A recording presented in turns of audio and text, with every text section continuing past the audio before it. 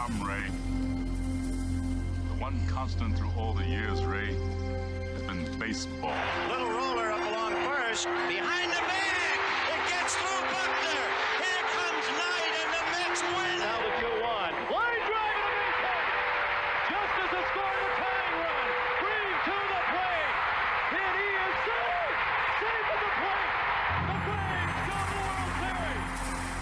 Have reserved seats somewhere along one of the baselines that sat when they were children and cheered their heroes. Gibson swings and a fly ball to deep right field. This is going to be a home run. Unbelievable! A 3-run home run for Bucky Dent. The Yankees now lead it by a score of 3-2. Ladies and gentlemen, Mazeroski has hit a 1-0 pitch over the left field fence at Ford Field to win the 1960 World Series. They'll arrive at your door as innocent as children, longing for the past. The Pope arrived at Yankee Stadium. As one enthusiastic announcer put it, he is standing on second base. Reggie Jackson. Long drive right field. It is goodbye. Big World Series. The Blue Jays are World Series champions as Joe Carter hits a 3-run home run. Back and throws. There's a left back. It's going to be, I believe, the Giants from the pennant. The Giants from the pennant. The Giants from the pennant. The 0-1 pitch.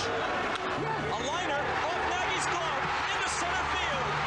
The Florida Marlins have won the World Series. The memories will be so thick that I can brush them away from the faces. The 1-0 delivery to Fisk. He swings long drive left field. If it stays fair, it's gone. Home run. The Red Sox win. And the series is... Lolich fires. Ball is hit high in the air. This should be the series. Freehand waving everybody away in foul territory. Detroit wins. Here's the pitch to Willie. There's a liner straight to Richardson. The ball game is over and the World Series is over. Willie McCovey hit it like a bullet. A line drive right. Baseball to mark the time. The Oakland A's take. I'll tell you what, we're having an earth. Good evening, ladies and gentlemen, and welcome to Candlestick Park for Game 3 of the 1989 World Series. It's been erased like a blackboard, rebuilt and erased again. Frank Robinson, the right-hand batter. Long drive to left field. Way back. Yes, it's goodbye. Home run. Base hit loaded, 1 out. Pena in a chance. The Twins are going to win the World Series. The Twins have won it. Ozzie with 1 out. Smith corks one into right down the line. It may go. Go crazy, folks. Go crazy. It's a home run. And the Willie Mays just brought this crowd to its feet with a catch, which must have been an optical illusion to a lot of people. This field, this game, is a part of our past, Ray. It reminds us of all that once was good, and it could be again.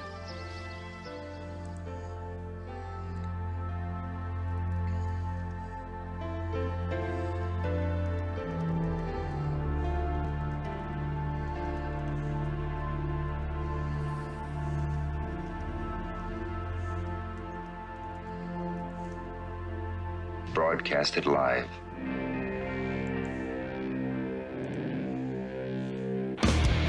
Hey! Who wants to have some fun?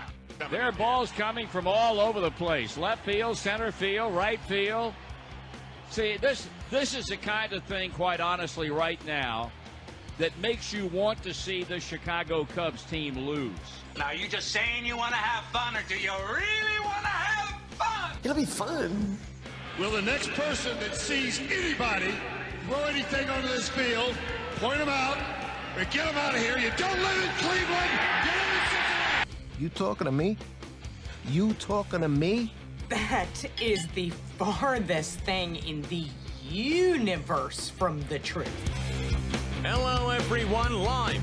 It's the Dan Scott Show. And right there is your host, Dan Scott.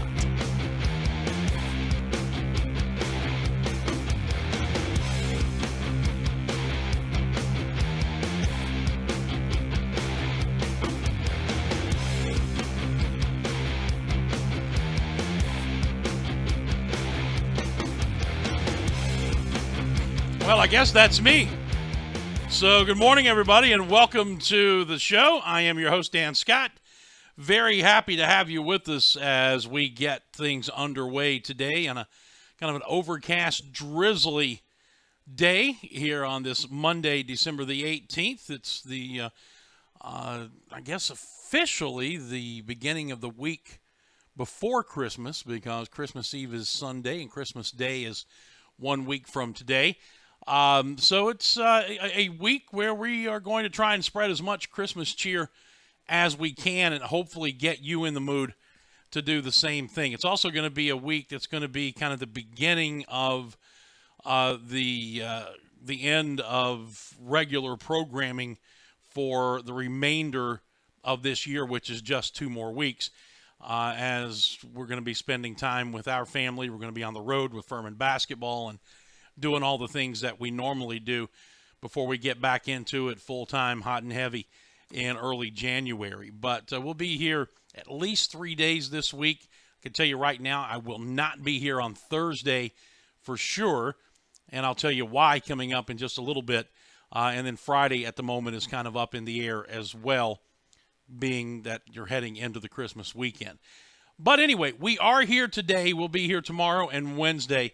And we've got quite a bit to cover over the course of the program today. We have just an incredible, as is always the case, coming off of a weekend, so many different ways that we could go with the NFL, with college football, with college basketball, with news and notes from all over those areas and many, many more.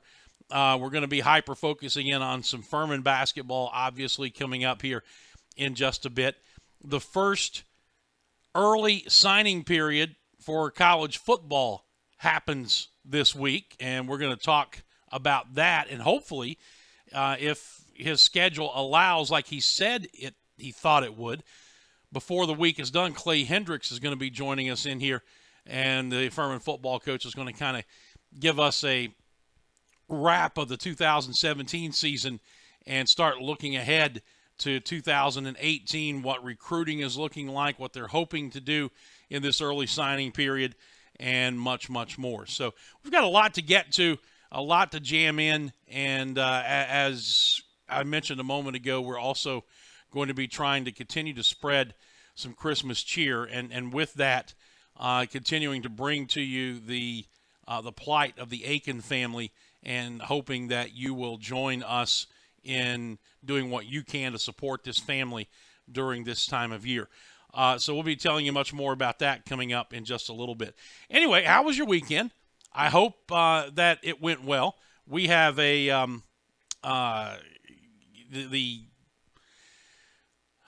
sometimes it's a blessing and sometimes it's a curse of working on very little sleep, because, you know, it can drag you down, obviously, if you're not feeling the energy and all of those things that go along with a good night's rest. The other side of it, though, is that, you know, you can be a little bit goofy, a little bit loopy. You can be jacked up on some good Atlanta Bread Company coffee, and, you know, who knows what you may do or what you may say. I'm going to try to keep it somewhere in the middle today, but I did not get a whole lot of sleep last night after getting back in from Wilmington and Furman's 90-84 road win over the Seahawks, which we're going to be talking much more about coming up in just a little bit.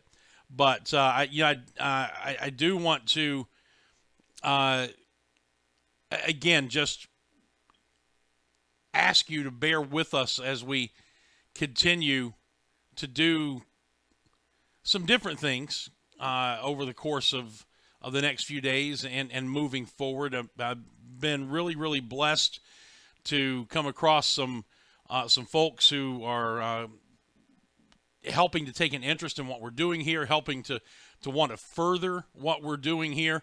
And you know, some of the changes that we've been talking about, we've already instituted, and we still have some more on the way as we get into 2018. So I'm really excited about the direction that the program is going, and hope that you'll be able to kind of hang with us and say, you know, in the not too distant future, when things are going really, really well, hey, man, I was there at the beginning, and look how far that show has come.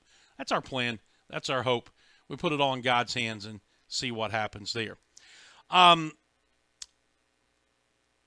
we come back, we're going to hear from head coach Bob Ritchie. We're going to hear from Matt Rafferty after yesterday's 90-84 victory by Furman over UNC Wilmington. Going to talk about that game a little bit. And as I tweeted after the game yesterday, I hope that what is now a 2-7 record for UNC Wilmington does not deceive you about the quality of win that was for that basketball team yesterday. And we'll talk more about that coming up in just a little bit. First, however, I want to, as always, tip my cap to the Atlanta Bread Company and my good friend Jeff Massey, who I saw there at breakfast this morning along with his wife and all of the people who do such a fantastic job of taking care of us there when we're there for breakfast or lunch or dinner, whatever it is. The food is fantastic. The people are even better. And, man, they've got holiday Christmas breads and cookies and baked goods just flying off the shelves there. There were bags and bags of gift baskets going out the door this morning that I saw. You might want to check into that because it's not like getting the old fruit cake from your aunt, that kind of thing. No. This is high quality, top quality baked goods, fresh baked goods from the Atlanta Bread Company kitchen. So you want to check that out. Check out the wide menu that they have there. And as always, thank them for what they do in supporting this program. That's the Atlanta Bread Company. They're in Cherrydale Plaza right down the road from campus here at Furman. You'll hear more about them in this commercial set, and then we'll come back and talk some Furman basketball on the other side as the Dan Scott Show for a Monday. Just getting underway. Stay with us. Hey, Furman fans, it's baseball season. Here at Ingalls, we know that as you root for the home team, sometimes you want more than just peanuts and Cracker Jack. And while we do deliver on your favorite ballpark classics, we're proud to offer a packed lineup of everything you need to make your next meal a home run. Ingalls, a proud sponsor of Furman Baseball and the official grocery store of Furman Athletics. Go Dins! The Atlanta Bread Company at Cherrydale Point offers a dining experience that will have you coming back for more time and time again. Everything is freshly made on site, including the different varieties of bread and all the baked goodies. And the menu, Atlanta Bread Company offers a wide variety from hot soups and chili to hot and cold sandwiches and paninis. Even breakfast selections topped off with your choice of piping hot coffees. Come see for yourself. You'll love it. The Atlanta Bread Company at Cherrydale Point, proud sponsors of the Furman Paladins and the Dan Scott Show. Looking for a good lunch spot in the Travelers Rest area? The Cafe at Williams Hardware is your place. Williams Hardware has food for the whole family, from the famous Reuben to the barbecue chicken quesadilla and their daily lunch specials, which includes the award-winning BLT unpimmented cheese with pepper jelly, served Tuesday to Thursday. Williams Hardware also serves breakfast on Saturdays from 8 to 11, perfect before Furman home game. And don't forget their gift shop, which offers items for anyone on your list. Go see your friends at the Cafe at Williams Hardware, 13 South Main Street in downtown TR. Full menu and operating hours at the Cafe at WilliamsHardware.com. Say you've got a busted phone or tablet screen. Time to get a new device? Nope. Time to give it CPR. CPR Cell Phone Repair at Cherrydale can repair almost any phone or tablet screen on the market and usually can do it same day. In fact, if you have an iPhone, the fix usually takes less than an hour. CPO Cell Phone Repair also can fix computers and gaming systems, both screens and hard drives. And they sell refurbished devices and new accessories. Stop by and see the new owner, Janet Culver, today and check them out on Facebook. That's CPR Cell Phone Repair at Cherrydale, 864-282-9097. Give it CPR today.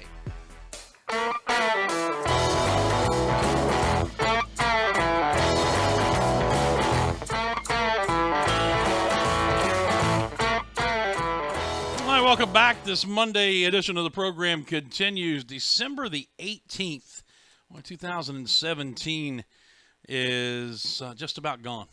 You say this every year, and it's true as you get older. They go by much more quickly. But, we were just sitting here talking, Tom Van Hoy and I, actually driving back from Wilmington yesterday, kind of putting it all in perspective. And you know me, you know that I always joke that everything I do is just a matter of killing time until a new baseball season arrives. But you realize that this past weekend is basically the 2-month warning for the opening of college baseball season? We're that close to another baseball season getting here. I cannot wait. Got a great basketball season underway, though, and we don't want to certainly skip that to get there. We're going to talk more about Furman's big win over Wilmington yesterday here in just a moment. But first, Hall's Chop House is located in downtown Greenville, the Greenville Steakhouse. And, I tell you all the time, if you're going to call yourself the anything, you better have the menu to back it up, and they certainly do. They have the Allen Brothers Prime Steaks out of Chicago that starts off their menu, and everything else falls into place under there. And I've also been telling you about the great meeting space they have available, whether it's a corporate event, a Christmas party, whatever the case may be.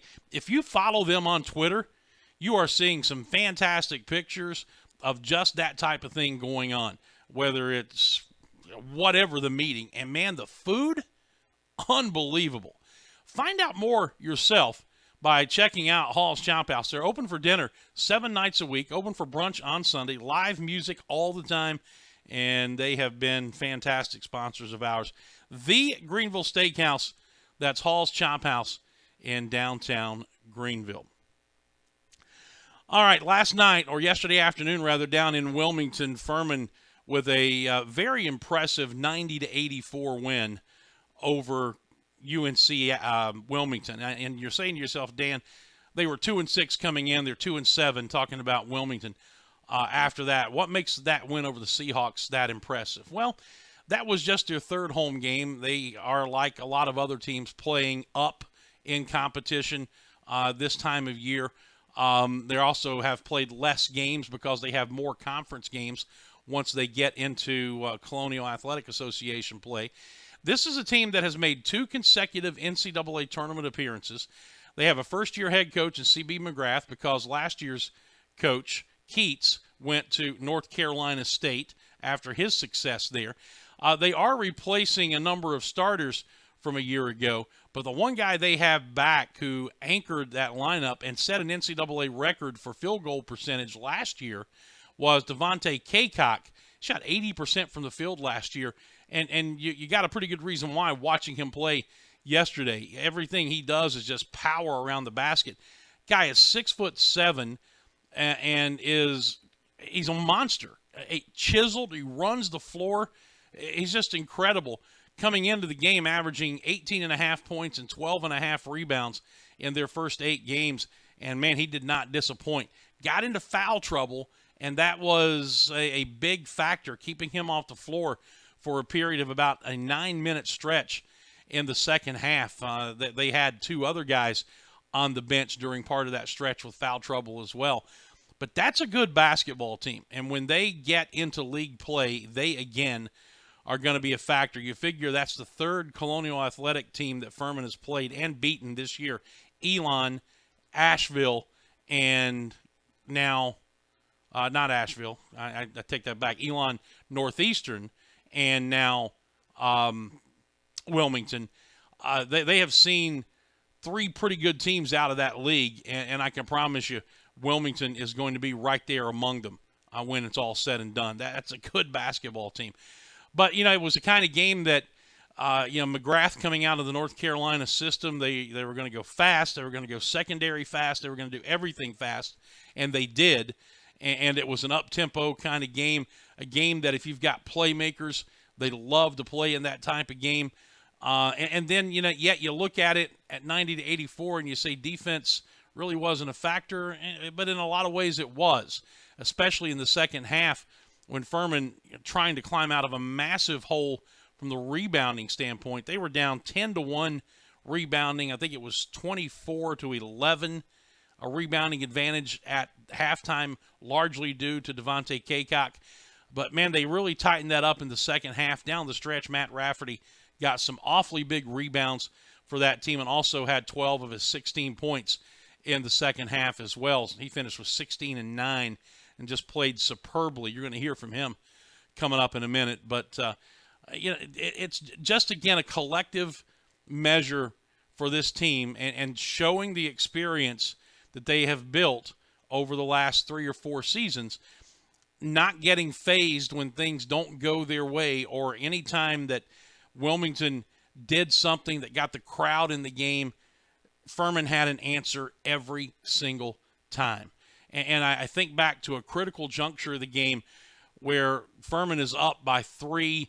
Shot clock is winding down. Devin Sibley has to put up a desperation shot that does not hit the rim, bounces off the backboard, back to John Davis. Davis hits a 3 that looked like it was going to put Furman up by 6. The shot clock reset on Sibley's shot, which it should not have done. And on the broadcast, Tom Van Hoy and I immediately said, this is not going to work out well for the Paladins. They're going to go review this, and they're going to see that Sibley's shot did not hit the rim. Shot clock should not have reset, and it should have been a shot clock violation. John Davis never should have gotten that shot off in time. And that's exactly what the video review showed. So you wipe that off, and this is inside the last couple of minutes of the game. You wipe that off, and instead of a 6-point lead, it's a 3-point lead, and Wilmington has the ball. They miss a shot, get an offensive rebound, and then John Davis, how many times have we said this? Kid just seems to have a knack for making a big play at the big moment. Ended up with a steal that got the ball back to the Paladins. Furman would score to go up by 5, and they were able to kind of keep it at that length over the final 90, 100 seconds or so of the ball game. Ended up winning it, as I mentioned, by the score of 90-84. It was a tremendous performance, and afterwards, head coach Bob Ritchie came over and talked to Tom Van Hoy and I on the post-game radio, and to say Bob was a little jacked up would be an understatement. Take a listen. Settle in. Settle in a little bit. Take a breath. I'm not sure I'm going to be settling in or nothing, but I'll talk to you for a little bit. How about that? All right, my goodness. So Bob Ritchie, if I told you before the game you're going to get out-rebounded 40-29 and shoot 13-25 from the free throw line and you were going to win on the road, would you believe that? You know what? The biggest thing here is you can get into all the numbers. We were down 13 at the half on the boards. Yeah. Okay? It's not about how you start. It's always about in these games how you finish. Exactly. The numbers won't tell you this. The battle in the rebounding in the second half was 18-16 Furman. Yep. And those are the things that matter, right? Can you get to the halftime? Can you figure out what you got to do better? And then can you go out there with some resolve when you aren't the biggest, okay? Mm-hmm. Kay Cox, one of the best rebounders in the country, right? But then as a team, can we figure out what we got to do? And, man, I'm just so proud of these guys. The rebounds that we got, like the numbers will say, hey, they got out-rebounded 40-29. Turn on the last minute of the game and see who got the key rebounds. Well, and even beyond that, at one juncture, we were down 10-1 in the rebounding category. So that makeup really started a lot earlier than even the second half. Yeah, I mean, this team, and our guys were saying this in the locker room, they had no idea this many people would be here. Because they see the 2-6, and our guys just don't understand. These guys have been to 2 NCAA tournaments. Okay, they've got to support. They've got a group. This was as good an environment we'll see all year. Yep. And for our guys to be able to not necessarily melt that energy after the start, but to kind of get it down, and then we had to deal with it late. And they started making some plays, and their crowd got behind them. The response, okay, like JD hits the shot. I'm still not convinced it was a reviewable play. I don't know. Who knows? But they took 3 points off the board. They probably made the right thing. They know way more about reffing than I do. But sometimes with student athletes, that can get to you a little bit, and especially when the people start yelling and screaming and the crowd gets into it. But then John Davis goes down there and gets the steal. And Devin comes down and makes a huge play. And we held a play in our pocket for the last minute. Well, why don't you get excited for a little bit? Like people like you could play. It's guys, like, to come in here and get this win like this in this crowd. I mean, they got a kids clinic here. This thing was packed, and it's like I told our team, like, you're starting to believe. I think the belief can even increase, and I think today, like, Andrew Brown believed, right? John Davis late believed. Matt Rafferty believed. I thought our guys. I mean, even Devin coming in here, 9 on 11 shooting, 24 points. They were trying to get in his head a little bit. This group is really starting to get some internal belief about him, and it's good momentum to have as we get into conference play. What did you do to get the rebounding turned around to the second half? We did some things collectively. We had to get our point guard involved. We usually, because we like to play fast, we let him get out, and we sent 4, and we had to commit 5 to the defensive glass and try to get 2 bodies on K-Cock if we could, and really some of that's just resolved. Yeah. It's just resolved. Yeah, when he came back into the game, he immediately got the offensive rebound and the putback. But then after that, there were 2 trips down the floor. Rafferty did a phenomenal job of sealing him one time to get a rebound on the left side of the basket as we look at it. And then did the same thing on a block out that ultimately fouled him out, caused him to come over the back to knock the ball out of bounds. I thought Rafferty was a real warrior for you in the second half. Rafferty was huge. I mean, to come up with 16 and 9 and just, 2 assists, 0 turnovers. And, I didn't think our guys flinched. I'm not saying. Well, that was a rather unexpected end to the Bob Ritchie portion of the interview. I think it had a few more seconds to go there, but it came to a little bit of a screeching halt. But that was you got the gist of it. Bob was a little bit of a happy guy, to say the least, after that win. And what you didn't hear was talking about the last two last two blockouts that Matt Rafferty pulled on Kaycock after Kaycock came back into the game. One that obviously got a big rebound, and then the other that drew Kaycock's 5th personal foul that fouled him out of the ball game. It was just a phenomenal performance. And then after Coach Ritchie joined us, Matt Rafferty came tableside, and we talked with him a little bit. Listen. 12 of those 16 in the second half, and the bulk of the rebounds during that time. Matt, congratulations on a big day. Thank you. Thank you. Just joking with you about what it'd be like to have to play against Devontae Kaycock twice in the regular season and maybe once in a conference tournament. Yeah, that'd be tough. He's a great player. He's a strong physical force down there. He's proven to everyone that he's a force, and that's huge for them, and they'll have a good team in the Colonial. Also, you've proven what you can do as Furman last year on the road, and as the game got tight today, did that experience come into play? Definitely. We got an experienced group of guys, and I think that definitely helps out on the road. We kept our composure when they went on runs, and did our best to just maintain a strong face, as Coach Ritchie always says, and just keep going. Are these fun to play in? Oh, yeah, a lot of fun.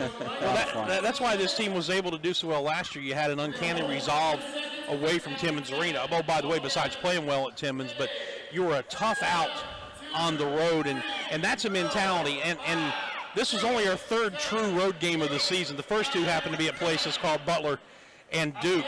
So the first real true road test against what you would call our level of competition. And again, man, that toughness showed through. Yeah, definitely. I think about 2 years ago, I don't think we won many games on the road, and I think, like I said before, the experience definitely helps out. We've seen more of these situations now, and we're a little bit more used to them. So when we go on the road, we're great at resolving and just keep on going. Let's talk about a couple of things you did in the second half. The slip to the basket was effective for you as well, but also when the other guys went out of the game, you isolated and your patience going one-on-one down deep. You did a couple of different things offensively to get your points. Yeah, I think we tried to go at them. They had some foul trouble with their bigs. They weren't trying to foul, so we kind of knew that, and we knew they were just going to wall up, and we could get really whatever we wanted with ball screens into a seal or just a post-up in isolation with the guys spreading out.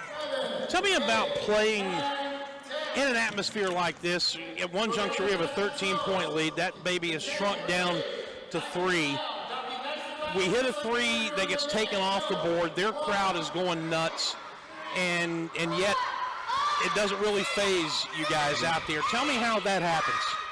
I think it starts with our point guard, John Davis. He got us together. He was calm, and we all listen to him. We got a bunch of leaders on our team, which helps out. It's not just one guy. So whoever steps up, and today it was John, Daniel, all the starters really came together and put an end to it. And I think from there we just kept trying to get stops and get some easy buckets. Having fun yet? Oh, yeah. Tons of it. Matt, thank you, man. Yep, thank you. Congratulations. That is Matt Rafferty. That's exactly who it was, Matt Rafferty, after yesterday's game. Scott Keeler just dropped a little nugget on us, kind of backing up what Bob Ritchie was talking about when we heard him a moment ago, that from the 56-second mark of the first half to the end of the game, Furman out-rebounded Wilmington 22-17. Rafferty's final minute of the first half, 4 points, 4 rebounds, was huge. Yes, it was. And look, don't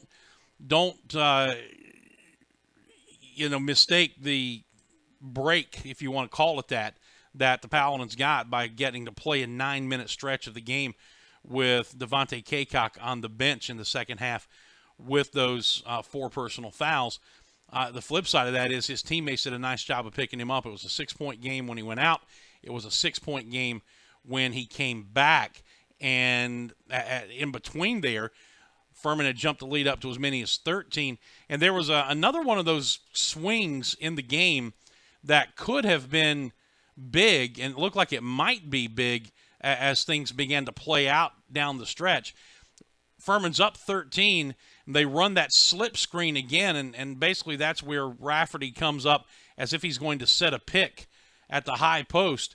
But instead of following through on the pick, he'll cut hard to the basket and got open, and that play was very successful in the second half. Well, it was successful then. He took the pass and had not a totally uncontested layup, but a layup he's going to hit 9 times out of 10. This was the 10th time he missed it. That would have made it a 15-point game. Instead, it stays 13. They get the rebound, go down the floor, get a layup and a foul, hit the free throw. It's a 3-point play that shaved it to 10. That was one of those swings in the game that got their crowd into it. And Tom and I were talking. We listened to the broadcast on the way back, and the way that it sounded, at least on the recording, did not do justice to what we were hearing in our headsets, because that place was almost completely full, about 5,000 people there, and they were making some noise at those junctures in the second half. And I thought that Furman did a phenomenal job of standing up to that kind of pressure on the road and showing a toughness that they've shown there on the roads going back to a year ago. SoCon John says that Wilmington was 37-5 at home since the start of the 2014-2015 season. So you can see that's a tough place to win. It's kind of akin to going into Alabama-Birmingham last year and shutting down their 26 or 28 game home winning streak. Kind of the same thing. So it's a good win for Bob Ritchie's club. So now 9-3 with one more non-conference game to go.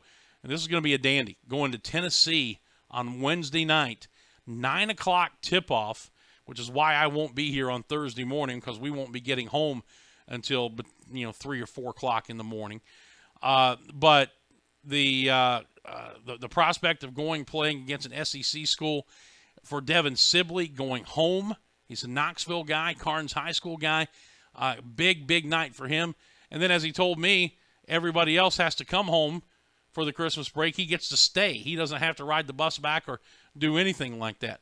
But he'll be obviously jacked up, have a whole bunch of people in the stands there at Tennessee, and we're looking forward to getting back out on the road, Tom and I, and going and bringing you that broadcast on the Furman IMG Sports Network. 90-84, Paladins win it over Wilmington to improve to 9-3 on the season, and one more non-conference game to go. 10-day break after that, and then conference play begins December 30th at Lexington, Virginia against VMI. All right, we will go back out to a break. We'll come back and get into some other news and notes. ETSU has a new football coach, and we'll tell you who he is and where he came from, and get into some other news and notes from the weekend as the Dan Scott Show continues right after this. Don't go away. Stuck in a state of falling behind? Struggling to keep up with your kids, finances, insurance? Then let State Farm agent Steve Borkland in Traveler's Rest help you simplify and get to a better state. Because with Steve handling your auto, home, and life insurance, you'll have more time for everything else. More money, too, because adding State Farm policies could mean earning discounts worth up to 40%. That's money Steve can help you put towards a college savings plan. Call State Farm agent Steve Borkland today and get to a better state with State Farm. Let me tell you something, Cowboy. This rookie can really bring the heat. He's smoky and spicy with a Chipotle style all his own. It's a new Montgomery Inn Chipotle barbecue sauce. Make it a part of your home team. Available now at your neighborhood grocer or online at CincyFavorites.com. Looking for a good lunch spot in the Travelers Rest area? The Cafe at Williams Hardware is your place. Williams Hardware has food for the whole family, from the famous Reuben to the barbecue chicken quesadilla and their daily lunch specials, which includes the award-winning BLT unpimiented cheese with pepper jelly, served Tuesday to Thursday. Williams Hardware also serves breakfast on Saturdays from 8 to 11, perfect before Furman home game. And don't forget their gift shop, which offers items for anyone on your list. Go see your friends at the Cafe at Williams Hardware, 13 South Main Street in downtown TR. Full menu and operating hours at the Cafe at WilliamsHardware.com. So you've got a busted phone or tablet screen. Time to get a new device? Nope. Time to give it CPR. CPR Cell Phone Repair at Cherrydale can repair almost any phone or tablet screen on the market and usually can do it same day. In fact, if you have an iPhone, the fix usually takes less than an hour. CPO Cell Phone Repair also can fix computers and gaming systems, both screens and hard drives. And they sell refurbished devices and new accessories. Stop by and see the new owner, Janet Culver, today and check them out on Facebook. That's CPR Cell Phone Repair at Cherrydale, 864-282-9097. Give it CPR today.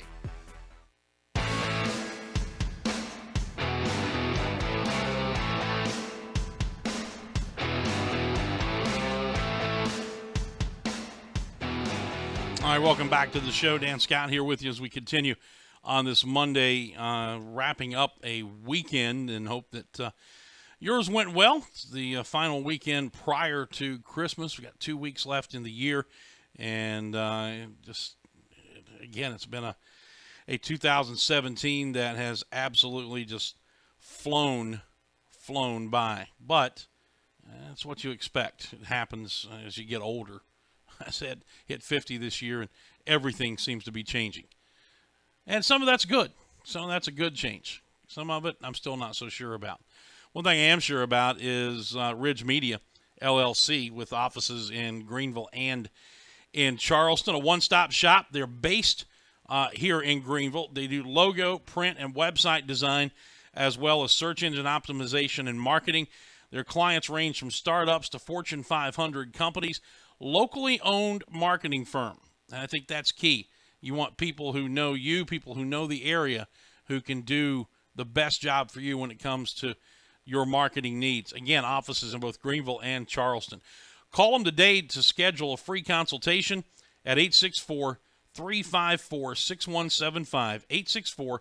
864-354-6175 for Ridge Media. Tell Kenny and the folks over there, please, that you heard about him here on the Dan Scott Show. All right, so some news and notes from the weekend. We mentioned that ETSU has a brand new football coach.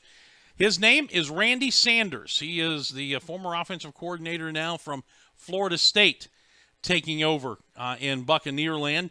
So after Carl Torbush retires, they go outside his staff to bring in Sanders, obviously a younger guy than Torbush, and a guy they believe can take them to the next level here in the Southern Conference. It'll be interesting to see what he does staff-wise there. I don't know what Mike O'Kane's plans are, if he was going to try to hang around or if he was going to hang him up as well after Torbush announced his retirement. But, you know, they had some veteran guys on that staff that brought back football at ETSU.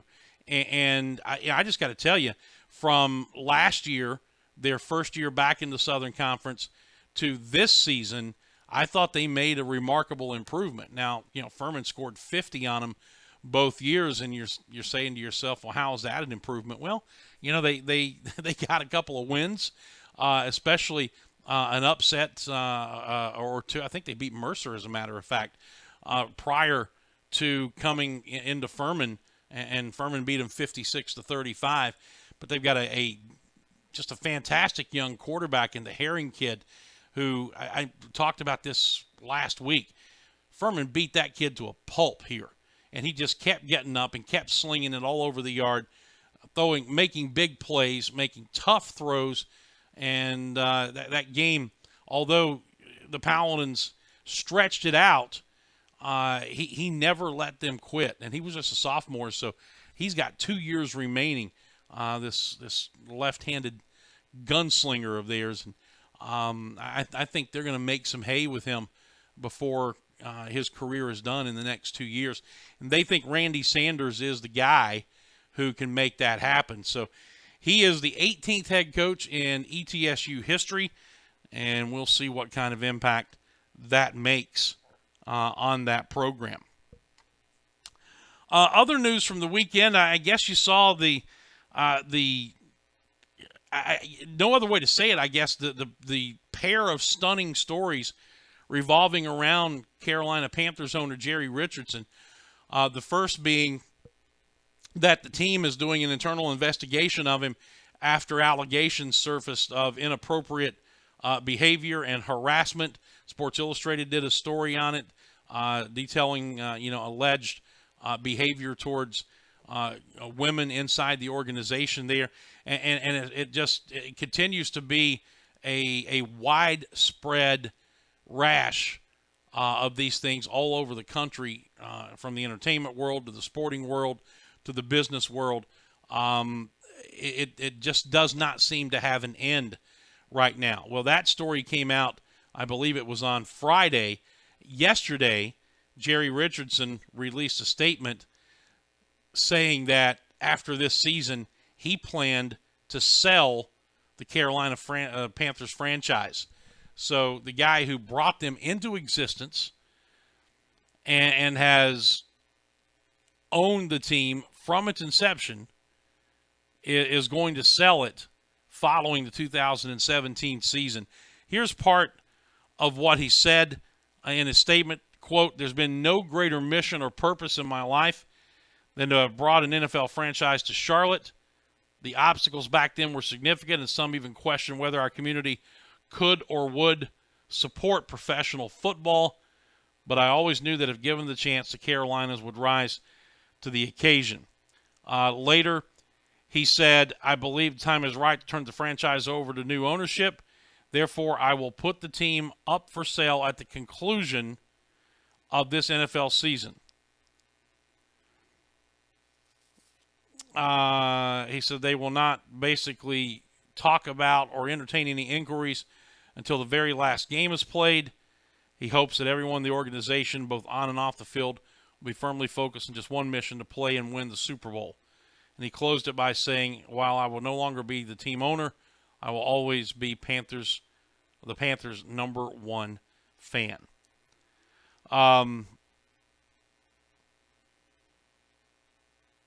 It says, the story says that shortly after the league announced their decision to do this investigation, Sports Illustrated dropped a lengthy piece detailing a number of different allegations against Richardson, including a myriad of bizarre and utterly inappropriate things he did, allegedly involving women in the workplace. So it's a tough story, really, to have to swallow, because what the guy has meant to the franchise, what he's meant to the Carolinas, what he's meant to his alma mater up the street at Wofford. And now, I mean, look, there's no discounting the timing of this. 2 and 2 in this case does equal 4.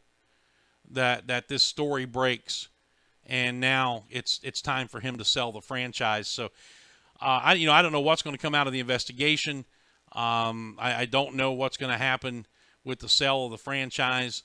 But Jerry Richardson's time as an NFL owner, the guy who's owned this franchise, as I said, from its inception, is going to put it up for sale after the season is done.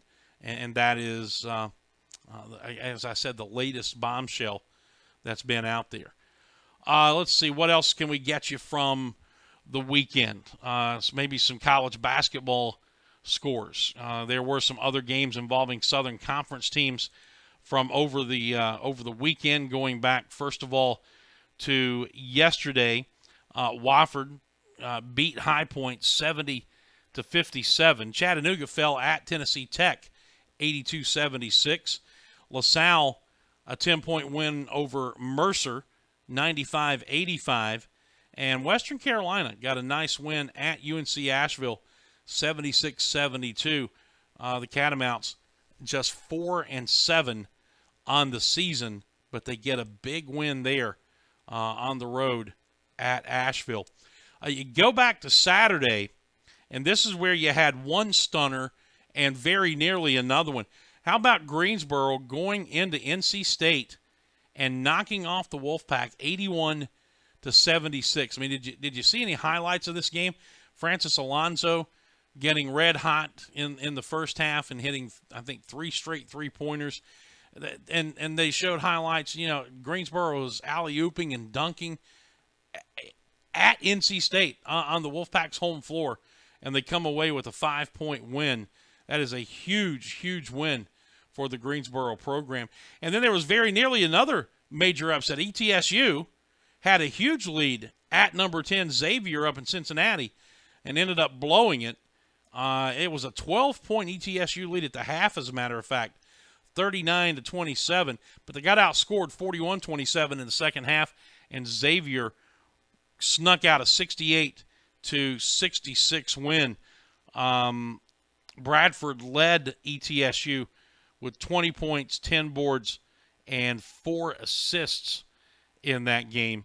But it was not enough, as they could not hang on to win what would have been the second major upset on the day. But they fall 68-66. So that's a look at the weekend as far as the Southern Conference was concerned.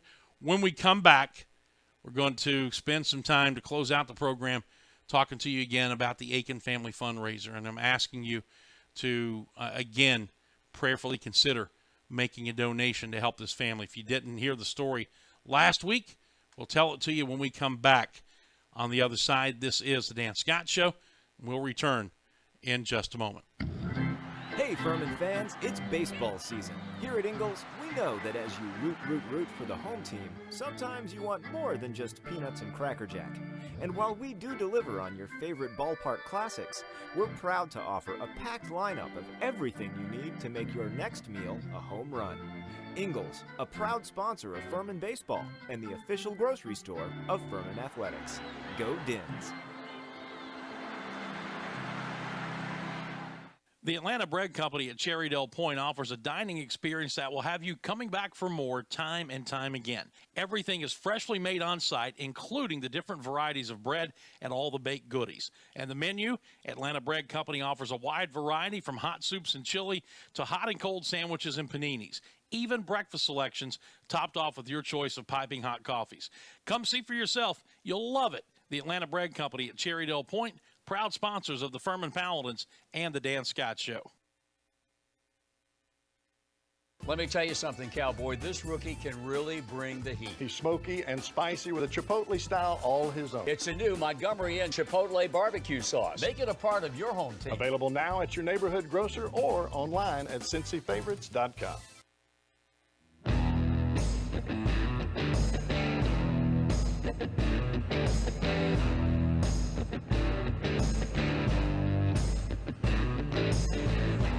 Hi, welcome back to the show. It's going to be the final segment. Probably going to wrap it up a few minutes early today with some things to do office-wise here and otherwise, plus the fact that I'm really kind of tired after a long night, long drive yesterday. But it was fun. It's a lot more fun coming back after you win one of those games and going all that way and not coming away with one. But Paladins win at 90-84 over Wilmington and now get a chance to go to Tennessee on Wednesday.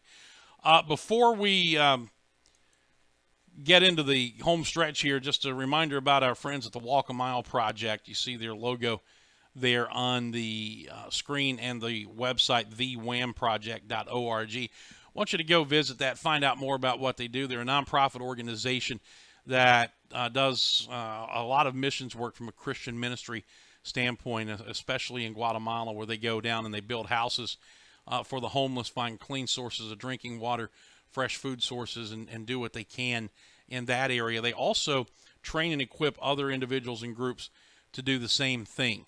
So if you're looking for more information, if you're looking for perhaps an organization to support, then I suggest you go to that website, thewhamproject.org, thewhamproject.org for the Walk a Mile Project. Heath and the folks there would greatly appreciate any support that you could give them.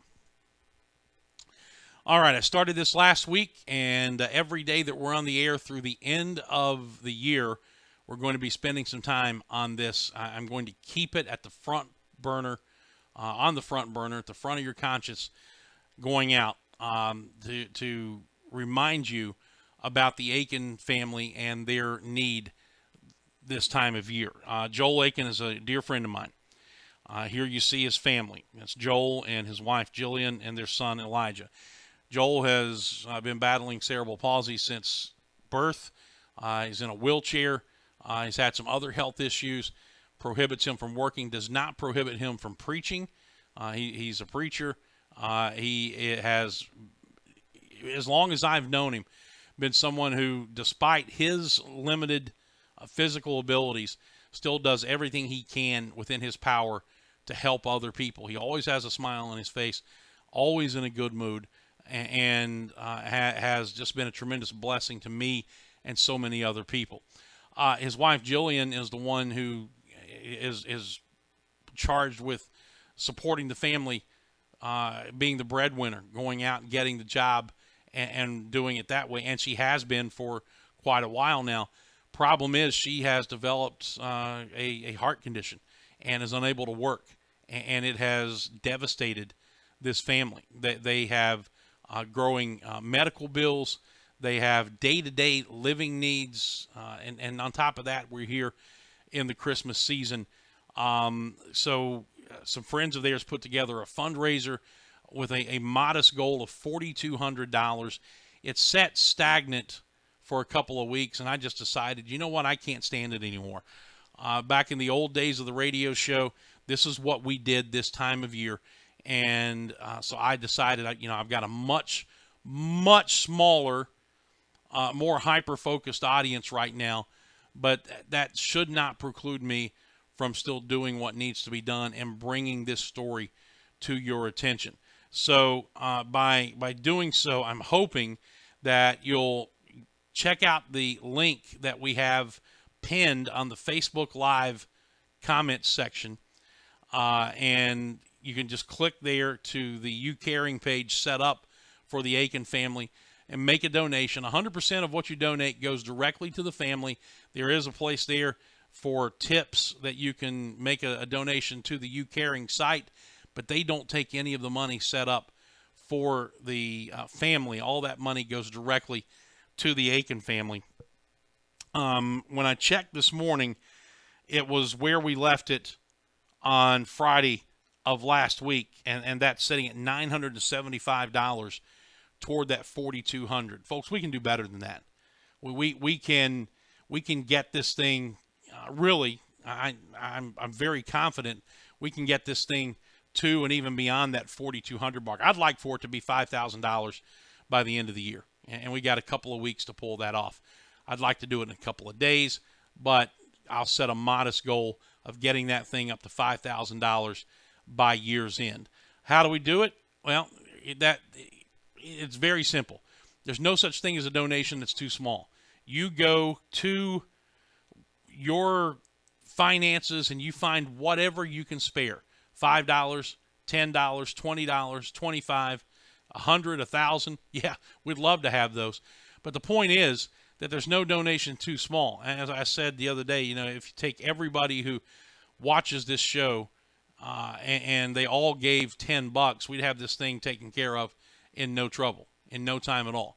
So see what you can do. Prayerfully consider how you can help, and let's make a difference for this family. And not just that they need the help for Christmas, which obviously they do, but folks, we're talking about the need for just the basics, the daily living expenses. Jillian can't work right now. She's the breadwinner of the family because of Joel's medical condition. So they need our help. They need help for Christmas. They need help for their day-to-day living expenses. They need help for medical expenses. So I'm asking you to put aside something and make a donation to the Aiken family. And there on the screen is the link to the You Caring page. But I've pinned it, as I said, at the top of the Facebook comment section on Facebook Live. And just before the show went on the air, I tweeted it out. So it's there on my Twitter timeline. It's on the Facebook timeline. You can find it anywhere. Click on that link and make an immediate donation to the Aiken family. I know, and I want you to look into my eyes. I know that this time of year, and really all year round, you got so many people who are trying to get into your pocketbook, so many people trying to get into your wallet, and a lot of the causes are great causes. I would not doubt that there are an awful lot of sincere people out there who are trying to help others, even maybe get some help for themselves, who really need it. And I would never, ever tell you not to donate to something that you feel is a worthy cause. I'm just telling you that I know this is a worthy cause. I know this family. I know their need. I know where their hearts are. I know the kind of people they are. And I wouldn't be bringing them to you if I didn't feel comfortable and confident that everything that's given to them is going to be used in the way and the spirit of which it was given. So again, $5, $10, whatever you can afford, please make a donation now, and then share the link. Make a donation. Do one of those things. I donated. Here's the link. Can you donate? Do a $5 challenge. Benji Greason, the Godfather from down at Abbeville, $20 last Friday just because we gave a shout out to his two-time back-to-back state championship Abbeville Panthers. Issue a challenge to see what you can come up with. See if you can get someone to match a donation that maybe you'll make. If you're a law enforcement officer, if you're a firefighter, if you're an office worker, if you're a coach or something, challenge other people in your profession. Make a donation, put it on your timeline, share it on my timeline, on my Twitter page, and challenge those people in your profession. I'll do one, and I'll challenge the other people, the other members of the media, to match it. But let's do it, and let's see what kind of success we can have in raising funds for the Aiken family. Again, here's a picture of the family, and that's Joel in his wheelchair. That's his wife, Jillian, who is having the heart issues and now can't work, and that's their 11-year-old son, Elijah. And again, it's not only for Christmas, so they can have a nice Christmas, folks. This is for basic day-to-day living expenses. This is for medical expenses that are piling up. This is something that goes beyond just the Christmas season. So whatever you give is going to have an impact that's not going to be constrained and confined to just this last 2 weeks of 2017, because their needs are going to go on well beyond that.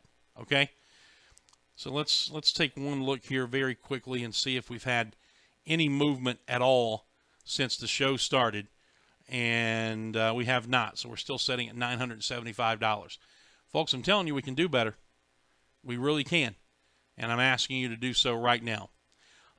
You are probably going to see me again in the evening in a different time slot, in a different audience, coming forward and trying to get this done again. So just kind of keep that in mind as we move forward.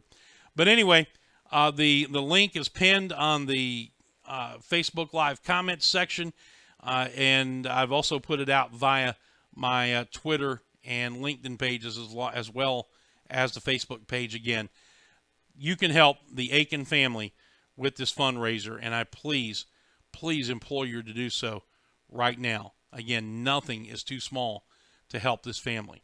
$5, $10, whatever you can afford. Please click that link and go help them now. All right, we'll be back on the program tomorrow with who knows what. See what else we can get into.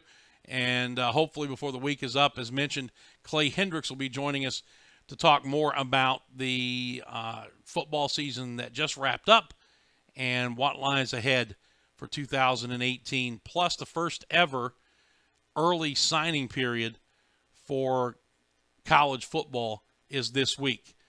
Something else will be following as well. That is going to wrap it up for us. Thank you again for your attention. We will see you tomorrow morning, same time, same place. Folks, check out that Aiken Family Fundraiser. Make a difference in someone's life today. God bless you. So long, everybody.